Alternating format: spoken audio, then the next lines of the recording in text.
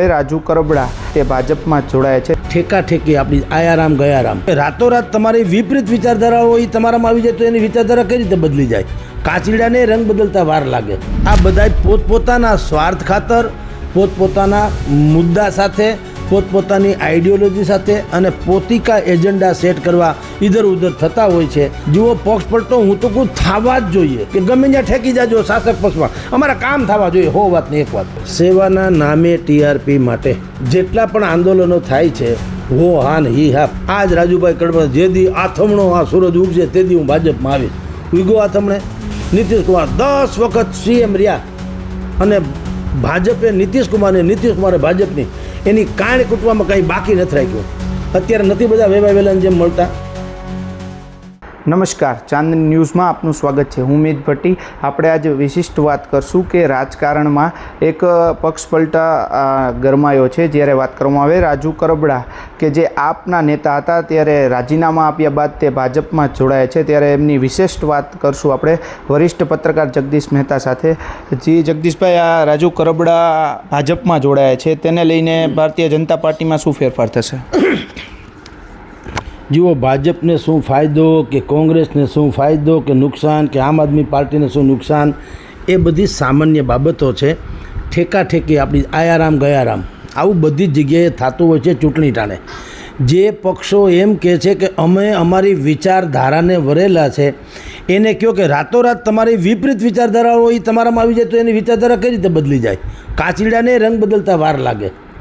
એટલે જનતાને શું ફેર પડે એ પ્રશ્ન મહત્ત્વનો છે અને જનતાને કોઈ ફરક નહીં। અલબત્તા આ બધાય પોતપોતાના સ્વાર્થ ખાતર, પોતપોતાના મુદ્દા સાથે, પોતપોતાની આઈડિયોલોજી સાથે અને પોતિકા એજન્ડા સેટ કરવા ઇધર ઉધર થતા હોય છે।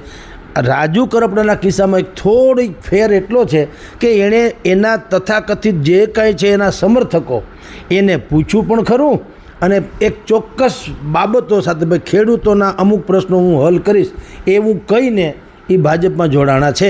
એટલે ભાજપને શું ફાયદો? ઓબ્વિયસલી બોનસ જ છે, જેટલું આવે એટલું। કારણ કે જે વિસ્તારમાંથી રાજુ કરબડા આવે છે, સુરેન્દ્રનગર ને લીંબડી ને ચોટીલા ને, એ થોડુંક ભારતીય જનતા પાર્ટી માટે ટર્ફ જેને કહી શકાય એવો વિસ્તાર છે, ત્યાં પડકારરૂપ છે। તો આનાથી જેટલા લોકો રાજુ કરબડાના સમર્થકો છે એ હવે અત્યારે ભારતીય જનતા પાર્ટી તરફ આવે એટલે એને બોનસ છે। જી, રાજનીતિમાં પક્ષ પલટાને લઈને કેટલો ફાયદો થાય કે કઈ રીતે જુઓ છો એને? જુઓ, પક્ષ પલટો હું તો કોઈ થવા જ જોઈએ। લોકો સાંભળનારા પર ચોંકી ઉઠશે કે આવું કાંઈ કહે છે। એટલે ભાઈ, પક્ષને વફાદાર નથી રહેવાનું, પ્રજાને વફાદાર રહેવાનું છે। પક્ષનું શું આવે? પક્ષ તમને ટિકિટ આપી દે વધીને, અને આપણને બધાને ખબર છે ટિકિટો કેમ મળે છે। કેટલીક વખત ટિકિટો ખરીદવામાં આવે છે, કેટલીક વખત દબાણથી લેવામાં આવે છે, કેટલીક વખત લાગવગથી લેવામાં આવે છે, કેટલીક વખત લોબિંગથી નથી આવતું, આપણને નથી ખબર। એટલે એ મહત્ત્વનું નથી। પક્ષ પલટો એટલે તમારે જનતાને કહેવું જોઈએ ઉમેદવારે કે હું અત્યારે XYZ પક્ષમાંથી મને ધારો કે ટિકિટ મળી, તમે મને ચૂંટી કાઢ્યો, પણ હવે હું વિપક્ષમાં રહું તો આંદોલન કરવા સિવાય કાંઈ કરી શકું ખરો? વિપક્ષમાં રહેવા શાસક પક્ષ આજે ભાજપ છે, કાલે આમ આદમી હોય કે કોંગ્રેસ હોય, તો એમ પણ કહું છું જે શાસક પક્ષ છે એ જ કાંઈ કામ કરી શકે, એ તો દીવા જેવું સ્પષ્ટ છે। કોંગ્રેસ અને આમ આદમી પાર્ટી અત્યારે શું કહે છે? જે ચૂંટણી ઢંઢેરા બહાર પાડ્યા એમાં એ શું કહે છે? જો અમે સત્તા ઉપર આવશું તો અમે આ કામ કરશું, એમ જ કહે છે ને। એમ કહે છે કે હું સત્તા ઉપર આવું કે ના આવું, તમારા નળિયા હોનાના કદી એવું કોઈએ કીધું? સત્તા ઉપર આવીએ તો કરશું એમ તો કહે છે ને। તો પક્ષ પલટો થવો જ જોઈએ। જે સત્તામાં જે કોઈ પક્ષ આવે એમાં બીજા જે લોકો પ્રજાને કાંઈ પણ વચન આપીને આવ્યો હોય, હું તો કોઈ એણે એ પક્ષમાં જવું જોઈએ, અને પરમનન્ટ નહીં, એના કામ પૂરતું। કારણ કે જનતાના કામ મહત્ત્વના છે ને। મેં ધારો કે અહીંયા મારા રોડ રસ્તાના કામ માટે થઈને અથવા તો અમારા આખા વિસ્તારમાં જે પ્રશ્નો હોય, મેં XYZ ને મત આપ્યો, હવે એ ચૂંટાઈ ગયા, બરાબર, પણ એ વિપક્ષમાં હોય, શાસક પક્ષ ગમે હોય, આ ભાઈ વિપક્ષમાં હોય, તો શું ધોઈ પીવા એનું TADA ચાલુ થાય? આપણો તો સમસ્યા એ નહીં। તો જનતાએ પક્ષ પલટાને હવે અછૂત ન ગણવો જોઈએ। પક્ષ પલટાને જ સૌથી મેઇન સ્ટ્રીમ ગણાવજો, કહેવું જોઈએ એના ઉમેદવારને કે ગમે ત્યાં ઠેકી જાજો શાસક પક્ષમાં, અમારા કામ થવા જોઈએ। હો વાત ને એક વાત, બાકી તમારા TADA માટે થોડા કોઈ ચૂંટી કાઢે છે। જી, આમાં રાજુ કરબડાને કેટલો ફાયદો થશે? કારણ કે આપમાં હતા ત્યારે તેમને ઘણું પણ કહેવામાં આવતું હતું કે અનેક નેતાઓ દ્વારા તેમને પ્રેશર કરવામાં આવતું હતું, ના ભાઈ એવું છે, જો રાજુ કરપડાના ફાયદા ही ફાયદા હે, પહેલી વાત તો એ. બીજી વાત છે કે જે વાત એ આંદોલન કરીને ખાલી ઉજાગર કરતા હતા એને બદલે હવે ખેડૂતોના કોઈ એવા પ્રશ્નો કે જે હવે એ પોતે સરકારમાં જ ગણાય એટલે સરકારી પક્ષમાં છે એટલે તો હવે એણે ખાલી બુદ્ધિપૂર્વક પ્રેશર કરી પોલિટિકલી અને કામ કઢાવવા પડે. એટલે રાજુભાઈને તો ફાયદો છે, એના જે સમર્થકો છે એને પણ થોડોક ફાયદો, કારણ કે પહેલાં શું થતું હતું, કડદા બોટાદની કડદા પ્રથા હોય કે સુરેન્દ્રનગર બાજુમાં જે તમને કહું પાણીનો પ્રશ્ન હોય તો થાય શું, બધા શું કહે છે વિપક્ષો, અમે એને બુલંદ સ્વરથી ઉઠાવીશું ને વગેરે વગેરે. પણ ઉઠાવવા તો ઠીક છે, પછી આવે શું? વાત તો નિકાલ થવો જોઈએ ને. જે પ્રશ્ન ઉઠાવવાની લોકો વાત કરે છે એને કારણે તો એની છબી પોતાની જે ઉમેદવાર કે નેતા હોય એની છબી ચમકે, પણ એનાથી પ્રશ્ન હલ નથી થતો. હું મારા અહીંયા રોડ ખરાબ છે, હું અહીંનો નેતા હોઉં, હું ચક્કાજામ કરું, હાલો ભાઈ ચક્કાજામ, તો ચક્કાજામમાં છાપામાં આવે, ટીવીમાં આવે, મારા આમ આવે, એવું બધું થવું જોઈએ ને. એને બદલે ચક્કાજામ કરીને મારો ફોટો ચમકી જાય, જગદીશભાઈ નેતા થઈ ગયા, પણ ભાઈ રોડ તો રોડ એમને આમ, એનો શું મતલબ? એટલે તમને કહું કે જે વિપક્ષમાં રહીને કામ રાજુભાઈ કરપડા કરતા તે શું હતું, ચક્કાજામ જેવું. બોટાદમાં માર્કેટિંગ યાર્ડ બંધ કરાવો, કડદા પ્રથા બંધ કરાવો, હાય ફલાણ, લાઠીચાર્જ, જેલમાં જવું, ફલાણ થયું કાંઈ નહીં. એના કરતાં આ તો ઠીક છે, આ કેસમાં તો કડદા પ્રથા સરકારે નાબૂદ કરી, દાખલો આપું છું. એના કરતાં હવે સરકારમાં છે તો કહી શકે ને સરકારને કે આપણે જો મત જોતા હોય તો આ 2-3 કામ જે છે એ બુદ્ધિપૂર્વક તાત્કાલિક પૂરું કરો તો મેળ પડે. એટલે રાજુભાઈને ફાયદો, એના સમર્થકોને પણ મળે. અત્યારે રાજુભાઈને ફાયદો. જી આ તમે કહ્યું કે વિપક્ષ દ્વારા આંદોલનો કરવામાં આવે, તો વિપક્ષ દ્વારા આંદોલન માત્ર પોતાની ટીઆરપી માટે જ કરવામાં આવે છે કે લોકોની સેવા માટે કરવામાં આવે? સેવાના નામે ટીઆરપી માટે, સેવાના નામે. તમે વિચાર કરો, જેટલા પણ આંદોલનો થાય છે, હો હા ને હી હા, પછી થયું એનો કંઈ નિકાલ આવ્યો નહીં. તો બધા એમ કહે કે લોકશાહીમાં તો હંમેશા એમ કે વિપક્ષો મજબૂત હોવા જોઈએ. ભાઈ મજબૂત બરાબર છે, પણ પછી એનો કંઈક નિવેડો તો આવવો જોઈએ. એના કરતાં જે શાસક પક્ષ છે જે હોય તે, એને પ્રજાના મતની જરૂર તો છે ને. શાસક પક્ષ કંઈ હવે કંઈ એવું જ નથી કે એની પછી કોઈ અમોઘ શસ્ત્ર આવી ગયું કે હવે એને કંઈ મતની જરૂર ન પડે, એવું તો છે નહીં. તો તમે એમાં કહો કે ભાઈ જો તમે આ પ્રશ્નો હલ કરી દો તો અમે તમારામાં ગોઠવાઈએ અથવા તો તમને સમર્થન આપીએ. ભલે તમે ખેસ ન પહેરી લ્યો પણ સમર્થન આપીશું. તો સમજતું સમર્થન આપવાનું જોઈએ ને. જે કામ કરે એનું જ સમર્થનની વાત છે ને લોકતંત્રમાં. બીજું શું છે? કોઈ આપણો દુશ્મન પક્ષ થોડી છે. આમ આદમી પાર્ટી કાલ સવારે ચૂંટણી જીતી જાય દાખલા તરીકે, તો અત્યારે આપણે ભારતીય જનતા પાર્ટી શાસનમાં છે, કાલ સવારે ભાજપના ધારાસભ્યોએ પણ આમ આદમી પાર્ટી જો શાસનમાં આવે તો કહેવું જોઈએ કે ભાઈ જો અમારા વિસ્તારના કામ કરો તો અમે તમને સમર્થન કરીશું, કાંઈ વાંધો નહીં. એવું તો હોવું જોઈએ ને. ખાલી એકબીજાની તમે ચામડી ઉછેડા કરો ને એકબીજાને અમે થૂકાથૂકી કરો, એનાથી તો જનતા કન્ફ્યુઝ થાય. તમારા બધાની છબી ચમકે મજા કરો. એટલે બેટર વે સુશાસન માટે તો હંમેશા એવું જોઈએ, જે શાસક પક્ષ હોય એની પાસેથી કમિટમેન્ટ લ્યો. જે અત્યારે કોંગ્રેસે ઢંઢેરો બહાર પાડ્યો ને, એને નામ આપ્યું કમિટમેન્ટ, કે ભાઈ અમારી આ વચનબદ્ધતા એમ કે અમે આ કરીશું. પણ ક્યારે સત્તા ઉપર આવીએ તો. બાકી તો કમિટમેન્ટનું હું કહું, લ્યો બધાને એક હોનાનું નળિયું કરી દી, પણ ક્યારે? તો એ તો સત્તા ઉપર આવતો તો જે સત્તા ઉપર છે એની યાર મદદ કરવામાં શું વાંધો? જી આ રાજુ કરબડા ભાજપમાં જોડાયા છે ત્યારે ભાજપના કાર્યકર્તાઓમાં ક્યાંક અસંતોષ જોવા મળતો હોય તેવું પણ લાગે છે, તો શું કહેશો? કારણ કે આને ટિકિટ મળે પછી આગળ તો જો રાજનીતિ છે, આ શબ્દનું નામ છે રાજનીતિ. નીતિ પાછળ છે, રાજ આગળ છે. શબ્દમાં કોઈનું કાંઈ આવે નહીં. બળુકાના 2 ભાગ. આ જ રાજુભાઈ કરપડા જે દી આથમણો આ સૂરજ ઉગશે તે દી હું ભાજપમાં આવીશ, ઉગો આથમણે, એવું કાંઈ હોય નહીં ભાઈ. હવે આમાં અર્જુન મોઢવાડિયાને તમે ભાજપનો ખેસ પહેરેલો કોઈ દી કલ્પાતા ખરા? જેણે ચામડી ઉછાળી લેવામાં ભાજપની કંઈ બાકી નથી રાખી, એ અત્યારે 40 નથી ગાતા. નીતિશ કુમાર, હાલો ને અહીંયા જવા દો. નીતિશ કુમાર રાષ્ટ્રીય લેવલે કહું, નીતિશ કુમાર 10 વખત CM રહ્યા અને ભાજપે નીતિશ કુમારે ભાજપની એની કાણ કૂટવામાં કંઈ બાકી નથી રાખ્યું. અત્યારે નથી બધા વેવાય વેલાની જેમ મળતા. એટલે છોડીએ રાજનીતિમાં અસંતોષ ને ફલાણું. જો ત્રેવડ હોય તો અસંતોષનું કાંઈ નહીં આવે, ત્રેવડ નહીં હોય બધું થાય. આ રાજનીતિમાં હંમેશા ચડતા સૂરજ એની જ કિંમત હોય છે, ઉગતા સૂર્યની, આથમતાની નહીં. જેની ત્રેવડ છે એને કોઈ કાંઈ કરી શકે નહીં, અને ત્રેવડ ન હોય તો બધા એમાં સવાર થઈ જાય. જી આ ભાજપના મહત્વપૂર્ણ ટિકિટમાં મળવાની તેમની શક્યતા છે ખરા? જુઓ અત્યારે એવું સંભળાય છે કે મૂળી જિલ્લા પંચાયતની એને ટિકિટ કદાચ મળે અથવા તો એ માગે અથવા તો પક્ષ આપે, પણ હું એમ માનું છું, મેં ગઈકાલે અનેક જગ્યાએ ચર્ચા વગેરે કરી કે મૂળી જિલ્લા પંચાયત કે જે કાંઈ અરે તાલુકા પંચાયતની જિલ્લા પંચાયતની જે મૂળીમાં બેઠકમાં એ લડવા માગે છે, મારી દૃષ્ટિએ એ નાની વાત કહેવાય. ડીસીપીને પીઆઈનું પ્રમોશન ન મળ્યું કહેવાય. ડીસીપીને પીઆઈ બનાવતી પ્રમોશન કહેવાય. આ રાજુભાઈ કરપડા ધારાસભ્ય લેવલની વ્યક્તિ છે. ભૂતકાળમાં આમ આદમી પાર્ટીમાંથી તેઓ લડી ચૂક્યા છે, ચોટીલા વગેરેમાં હારી ગયા જુદી વાત છે, પણ ધારાસભાની ચૂંટણી લડ્યા અને અત્યારે પણ જેમ નરેન્દ્ર મોદી પછી અમિત શાહ એમ કહેવાય છે કે નહીં, એવી રીતે જ્યારે આમ આદમીમાં હતા ત્યારે ગોપાલ ઇટાલિયા પછી કોનું નામ આવતું હતું? રાજુ કરપડાનું. તો એ ટાઈપની કક્ષાની વ્યક્તિ છે. એ જો જિલ્લા પંચાયતની બેઠક લડે તો મારી દ્રષ્ટિએ નાનું ગણાય, પણ છતાંય હવે એ રાજકીય રીતે જે એની ગોઠવણ હોય તે ભારતીય જનતા પાર્ટી કદાચ એવું ઈચ્છે કે તમે અત્યારે જે સ્થાનિક સ્વરાજ્યની ચૂંટણી છે એમાં જે સુરેન્દ્રનગર પંથકમાં એ સ્ટાર પ્રચારક તરીકે રહે, તો એના જે સમર્થકો છે ભાઈ રાજુ કરપડાના, અને જેટલી પણ બેઠકો એ વિસ્તારની હોય સુરેન્દ્રનગર જિલ્લાની તાલુકા જિલ્લા પંચાયત ગ્રામ્ય પંચાયત, એ બધામાં જે અસર થવી એ કરી શકે. એટલે ચૂંટણી લડે તો મારી દ્રષ્ટિએ કહું છું, એ તો એનો નિર્ણય કરવાનો છે. મારી દ્રષ્ટિએ થોડુંક નાનું ગણાય, પણ હવે રાજનીતિમાં તો બધું સંભવ છે. ભાવનાબેન ચીખલિયા 5 વખત સંસદ સભ્ય હતા અને કેન્દ્રીય મંત્રી હતા.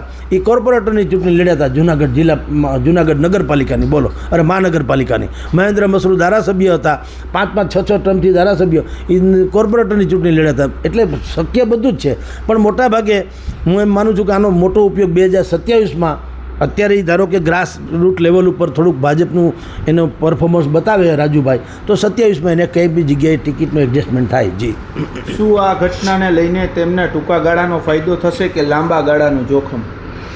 જુઓ, ફાયદો તો અત્યારે જાણે થઈ ગયો ગણાય.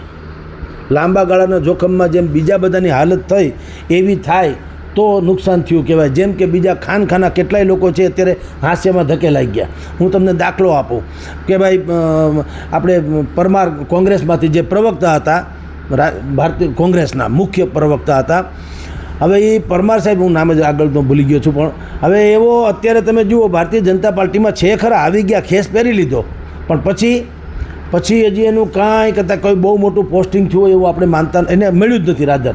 તો હાસ્યામાં ધકેલાઈ જાય તો જુદી વાત છે, પણ રામસિંહ પરમાર આઈ થિંક એવું.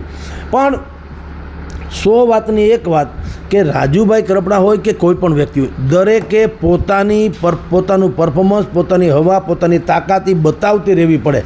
અહીંયા કોઈ માણસ આજીવન મિત્ર અને આજીવન શત્રુ નથી હોતો. એટલે જેટલું સારું પરફોર્મન્સ બતાવશે રાજુભાઈ, એટલો એને બેનિફિટ રહેશે. જે રીતે રાજનીતિમાં પક્ષ પલટાઓ જોવા મળતા હોય છે, પરંતુ ખરેખર આ પક્ષ પલટા કેટલા યોગ્ય હોય છે? જો સારી રીતે મેનેજ કરવામાં આવે તો પક્ષ પલટો સૌથી બેસ્ટ. એટલે ભાઈ કોઈ વિચારધારાને મત ક્યાં આપે ને, વિચારધારા છે નહીં, પણ બધા કોંગ્રેસ, ભાજપ અને આમ આદમી ત્રણેય એમ કહે છે અમારી એક ચોક્કસ પ્રકારની વિચારધારા છે. તમે કાળો ચોર આવે તો હાંજો લઈ તો લ્યો છો પક્ષમાં. જો તમારી વિચારધારા હોય તો તેવા ન લેવા જોઈએ ને. ગઈકાલે ભારતીય જનતા પાર્ટીમાં એ પ્રમ દિવસે એક એવા ભાઈને લેવામાં આવ્યા, પક્ષનો ખેસ પહેરવામાં આવ્યો, જેની ઉપર ભારતીય જનતા પાર્ટીના નેતાની હત્યાનો આરોપ છે. લ્યો હાલો. એટલે વિચારધારા બધી છોડો, એવું કાંઈ છે નહીં. 100 વાતની એક વાત, જનતાને વફાદાર રહેવાની જ એક મુદ્દાનો કાર્યક્રમ છે. તમે જનતાએ તમને નેતા બનાવ્યા છે. એ જેમ રાજુ કરપડાએ શું કર્યું, 11 જેટલી કિસાન સંકલ્પ યાત્રા કાઢી, આમ આદમીમાંથી નીકળ્યા, જેલમાંથી છૂટા પડ્યા, 11 જેટલી કિસાન સંકલ્પ યાત્રા એટલે રેલી વગેરે ઠેઠ કણકાઈ બાણેજથી શરૂ કરી અને તુલસીશ્યામથી શરૂ કરીને ઠેઠ અહીંયા સુધી સુરેન્દ્રનગરના સુદામડા સુધી. તો શું કર્યું એણે? લોકોને કીધું, મત ટટોળા, કાયદેસર વાત કરી. બોલો ભાઈ, શું કરું? તમે કહો એમ કરું. તમે કહો આજીવન ખેડૂતનો નેતા રહું, તમે કહો કોંગ્રેસમાં ભળી જાઉં, તમે કહો ભાજપમાં ભળી જાઉં, તમે કહો અપક્ષમાં રહું, તમે કહો શું કરવું છે જનતાને, કારણ કે એ જ તો એને નેતા બનાવે છે.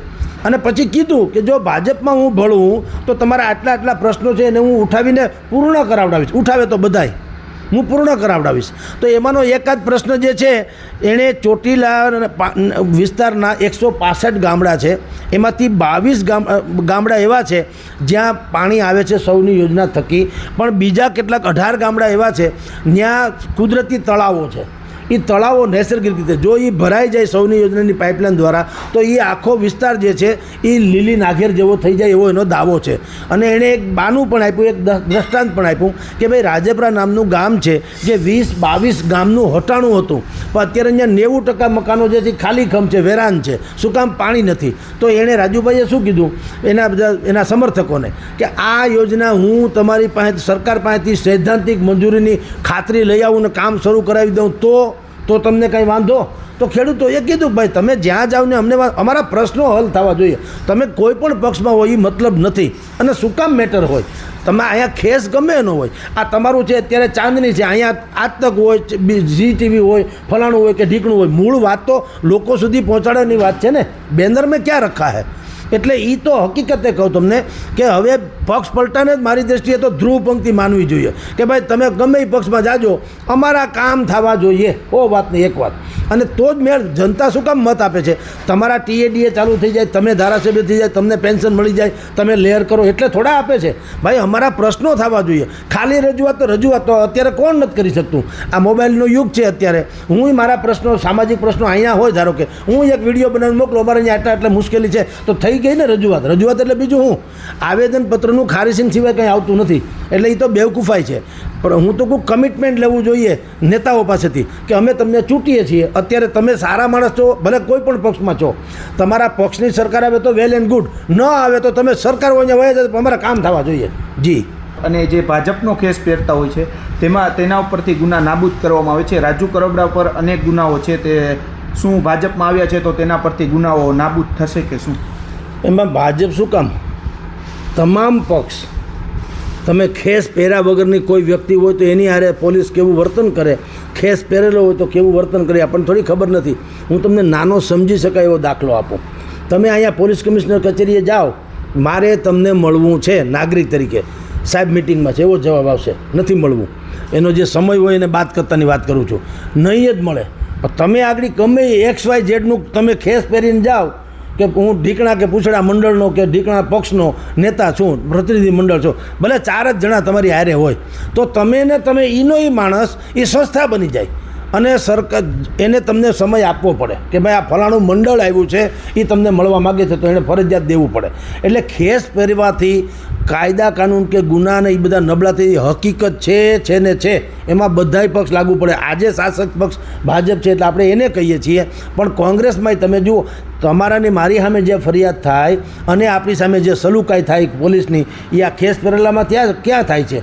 લાલુ યાદવ 900 કરોડનો ચારો ખાઈ ગયા હતા અને બધી વાત હતી, જેલમાં ગયા ને બધું છે, ટેસડા કરે છે કે નહીં? તમે ખાઈ જાવ છો 900 કરોડ. કોઈએ કીધું ભાઈ 900 કરોડ વસૂલ તો કરો, હું કે ખબર છે સસ્પેન્ડ કરી નાખો, લાવો મને 900 કરોડ, મને સસ્પેન્ડ કરી નાખો. લ્યો, અરે હું વયો તો દુબઈ, સસ્પેન્ડની ક્યાં સવાલ છે? પણ લાવો 900 કરોડ. એ કંઈ સજા થઈ? સસ્પેન્ડ નહીં, પહેલાં 900 કરોડ ઓકાવી લેવાય એની પાસેથી અને આજીવન પ્રતિબંધ મૂકવો જોઈએ કે ક્યાંય આવવો ન જોઈએ રાજકારણમાં. એને બદલે હવે આના ભાઈને સસ્પેન્ડ કરો, હું કામ? ભાઈ ધરાઈ ગયા, ભાઈએ કરી લીધું કરવું હતું, 50 કરોડ રૂપિયા હું ખાઈ જાઉં, જગદીશભાઈને સસ્પેન્ડ કરો, સારું સસ્પેન્ડ, જાન છૂટી. આપણે તો મૂળ કરવું હતું તો થઈ ગયું હોય. એટલે આ બેવકૂફાઈ છે. એટલે કોઈપણનો ખેસ પહેરવાથી, ખાસ કરીને અત્યારે શાસક પક્ષમાં આ લોકો છે એટલે, પણ દરેક જગ્યાએ આવું જ બનતું હોય છે. હું ને તમે બોલીએ તો પોલીસ શું વ્યવસ્થા કરે ને, સુબ્રમણ્યમ સ્વામીથી માંડીને રાહુલ ગાંધી મોદી વિશે કેટલું બોલે છે, શું થઈ ગયું? કાંઈ થાય છે? એને નથી પ્રોટોકોલ મળતો, એને એનું એ પોલીસવાળા રક્ષણ કરે. જે તમારી સરકારની સત્યાનાશ કે ધોંસ બોલાવે છે નથી રક્ષા કરતા. શું કામ? ગળામાં ખેસ છે કે નેતા છે ફલાણા ભાઈનો, બોલો જી તમે, ઉઠાવીને લઈ જાય છે કે નહીં? એટલે ખેસ પહેરવાથી બધાના ગુના માફ થાય છે કે સજા ઓછી થાય છે કે તંત્ર નબળું રહે છે, એ પરંપરાગત છે. આમાં કંઈ નવી નવાઈ નથી. કોઈ પણ ગુનેગાર આગામી સમયમાં કોઈ પણ રાજકીય પક્ષમાં જોડાય તો તેમના ગુના માફ થઈ શકે? ગુના સત્તાવાર રીતે માફ ન થાય, પણ એની યારે વલણ કૂણું રહે. આમાંય માફ ક્યાં થયો? આમાં કોઈ ડિલીટ તમને નથી કરી દીધા. કોર્ટનું કામ કરે, પોલીસ ભરે ઉપર ચડાવી દે, પણ જ્યારે જરૂર પડે ત્યારે વળી પાછી ઉતારે. તમે જો હેખણા ન રહ્યો તો એની ફાઇલ પાછી ઉતારીને વળી તમારી પાસે શરૂ થાય. આ ગોપાલ ઇટાલિયાનું શું થયું? 2000 કેસ ક્યારનો છે? કોરોના કાળનો. શું હતું? કોરોનામાં તમે જાહેરનામાનો ભંગ કરી અને તમે એમ કે રેલી કે સમથિંગ કાઢ્યું, બરાબર? એ કેટલા વર્ષ થયા? હમણાં નીકળ્યું વોરંટ. શું કામ? તમે ભયંકર નબળા પડો અથવા તો તમે સરકારને નબળી પાડવાની કોશિશ કરો તો એ ફાઇલ પાછી અભરે. કાયદો જીવતો રહે છે તો થાય. એટલે દરેક ખેસ પહેરી લે એટલે ગુના માફ નથી થઈ જતા. તંત્ર જે છે એ એની હારે હળવાશથી કામ લેતું થઈ જાય, એમાં કંઈ ના નહીં. જી, ચોક્કસ રીતે જે વરિષ્ઠ પત્રકાર જગદીશ મહેતાએ વાત કરી છે કે હવે જોવાનું રહ્યું રાજુ કરબડા જે ભારતીય જનતા પાર્ટીમાં જોડાયા છે, આગામી સમયમાં તેમને લાંબા ગાળાનો ફાયદો થાય છે કે જોખમ થાય છે તે જોવાનું રહ્યું. કેમેરામેન ગૌતમ લશ્કરી સાથે મિત ભટ્ટી, ચાંદની ન્યૂઝ, રાજકોટ.